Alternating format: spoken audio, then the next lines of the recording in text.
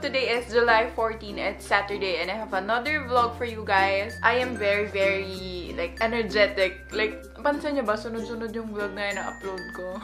Wala lang, gusto ko lang bumawi kasi diba ang tagal kong nawala sa YouTube. Dahil gawa na yung camera ko, ayan, sunod-sunod na tayo. Anyway, I have errands to do today. Meron akong appointment sa isang lash salon, which is Lash Loft Manila. They offered me like a free keratin lash lift. I will just show you the before and after. I will just share with you guys what I got from Wear Lucida on Instagram. May nagtitext, silent natin. This is a belt bag na pwede mo rin siyang gawin ganito. Ayan. Meron na akong ganito na nabili sa Topman. Pero hindi siya yung natatanggal yung strap. Ito kasi pwede mo siyang tanggalin, tapos pwede mo siya gawing belt bag. So, sobrang spacious niya sa loob. Ipapakita ko na lang sa inyo kung ano yung dadalhin ko pag nag-travel. Kasi for sure ito dadalhin ko para mas magaan. I'm very excited to try the keratin lash lift ata yun. So, as makikita nyo guys, ano ba tong... Meron talaga akong breakout dito guys. Baka sabihin nyo, mas makapal yung blush ko dito. Kasi meron akong breakout dito talaga. Nalagyan ko na naman siya. Kaya mas lalo siyang mamulang tignan. But anyway, ayan yung itsura ng eyes ko before. Hindi ko pa napapaayos yung brows ko. Tomorrow yan, Labor. Collaboration with Labor din. Sobrang excited na ako i-try kasi ito yung bagong trend. Kasi diba before, ang trend lang is lash perm and then naging lash extensions and now keratin lash lift naman. Nasabi nila, mas maganda daw compared sa yung perm lang talaga. Hello! Pupunta na kami sa sa may Commonwealth. Sabi ko mag-hi kayo, bakit? Okay. Kasama namin si Ron, mag-hi ka Ron. Sa kanya ako umirap ng cam. Tapos kasama namin si Jester. Wala namin si Jester. Hi guys, I'm home. It is now almost 12 in the midnight. And marami kasi kaming nilakad kanina. As I said, nagpunta kaming Ateneo to watch a dance concert ng friend namin, which is we actually do every year. So, yeah. And I'm just vlogging today. Now, kasi I wanna show you my lashes. Ayan, ganyan pa lang. Nakikita nyo na agad yung lashes ko. Walang mascara yan, guys. Ayan. Ayan yung, makikita nyo kanina, diba? Pinakita ko yung before lashes ko, which is now sobrang awake na awake siya. And sabi ni Miss, pwede mo daw siya lagyan ng mascara after 8 hours. And after 8 hours, 8 hours mo siyang bawal basain. Which is nilagay ito. Natapos kami 6. And then, 6 hours na nakalipas. Thank you so much, Miss. And for those who are asking or for those who are confused or curious, LVL Lashes yung tawag sa kanila. Lash Loft Manila. So, lilive ko yung FB nila and then yung cellphone number and then yung Instagram din. Kasi for booking pa lang sila as of now. Hi! Wanna say hi to the vlog?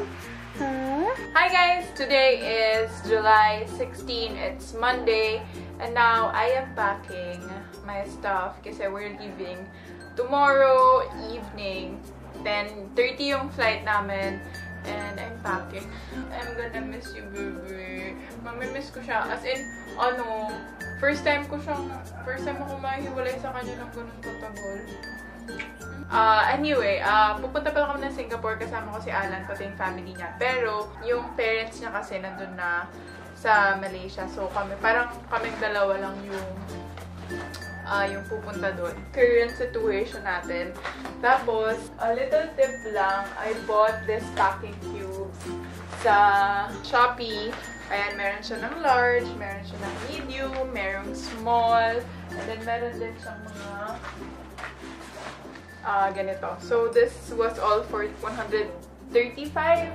Tapos, I also got this, parang shoe bag siya. Ayan.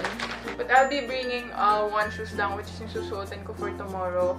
And then, we'll bring a slippers lang. Kasi meron kasi akong pinabili na Nike na sandals sa atin niya. I also have this, like, what do you call this?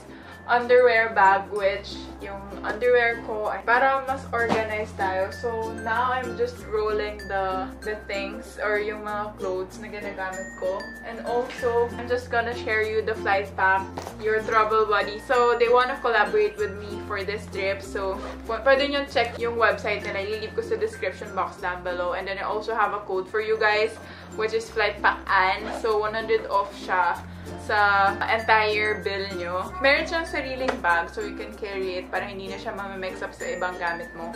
So, pag open mo, meron kayong user guide. Andito lahat ng guide kung how to use the router. Yun, basically, user guide.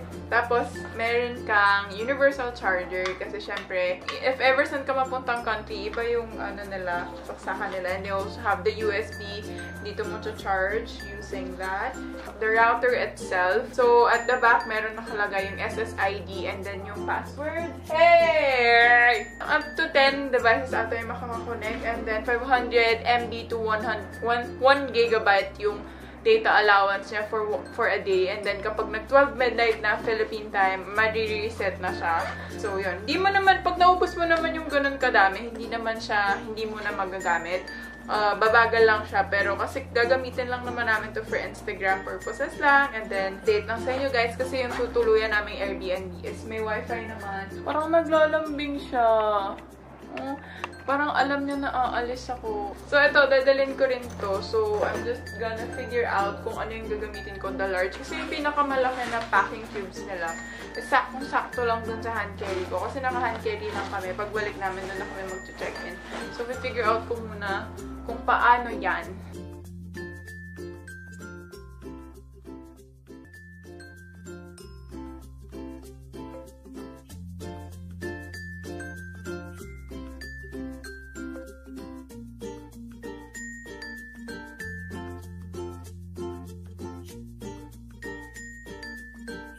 Okay guys, so I think we're done packing. Di ko talaga alam kung mag-excess ako sa 7 kg na baggage. I still have to put my laptop in there. Grabe, hindi ko akalain na sobrang dali lang nito kasi sabi ko, eto, nakabili na ako ng packing cube. So siguro magiging organized na ako. And then, kinontian ko lang yung dadalhin ko. Ito lahat ng charger ko, laptop. Charger ng laptop, charger ng camera, power banks. And then, what else? Ito is my toiletries, my underwears. Tapos yung makeup ko, wala pa dun. Hindi naman ako nagdala ng pang full face. Teka, pakita ko sa inyo kung anong laman niya. Kasi sobrang basic lang. Ito kasi, nag-declutter ako. So, sabi ko, bigay ko na lang sa ate ni Alan, kay ate Karen. Kasi hindi ko naman siya magagamit dito. As in, gamit na gamit talaga. So, binigyan ko siya ng 3 peri-pera, tsaka isang lip and cheek tint. Tapos, ito, lahat na to. Gusto ko kasi may choices ako for my lips. Yun lang naman yung pinadamihan nito. Tignan nyo guys, wala siyang concealer. Face spray lang. Ito, kasi talaga dadalhin ko yan. And then, ito, mascara. 3 mascara lang, guys. Okay, guys. So, nagawan ko siya ng paraan. So, yung makeup ko, nilagay ko na lang dito, which is yung backup ko. Yung backpack ko, dyan ko na lang siya nilagay. Kasi, nauusi ako, ayoko siyang mapipi. Tapos, ito ang mga underwear ko. Sobrang asama ng loob ko na dito yan sa gilid. As in, ginawa ko na lahat. Sabi ko, nag-packing cubes naman ako. Anong nangyari? So, dito yung laptop ko, yung book. Ayan, ang bigat niya, guys. Tatry ko siyang sara, tapos tatry ko kung aabot kami ng 7 kilogram. So, ito, dadalhin ko to pang marumi lang or if ever kailanganin ko lang. So, yun, guys. After almost 2 hours of packing, partida, summer pa to ha. Hindi pa siya yung winter na country. Kasi sa December, baka mag-Hong Kong kami. And I am sure sobrang pahirapan mag-pack nun kasi sobrang lamig sa Hong Kong ng December. So, ayun, ang ginawa ko, nilipat ko yung ibang gamit ko dun sa maleta ni Alan na nandito na sasamahin na lang namin. Kasi yung kanya sobrang gaan daw. Yung akin kasi ang dami kong dinala na hindi ko alam kasi pag babae talaga, mahirap talaga mag-pack yung babae. Thank you so much guys for watching this vlog and I hope abangan niya yung Singapore and Malaysia travel vlog namin. Yan. Thank you so much for watching. Bye!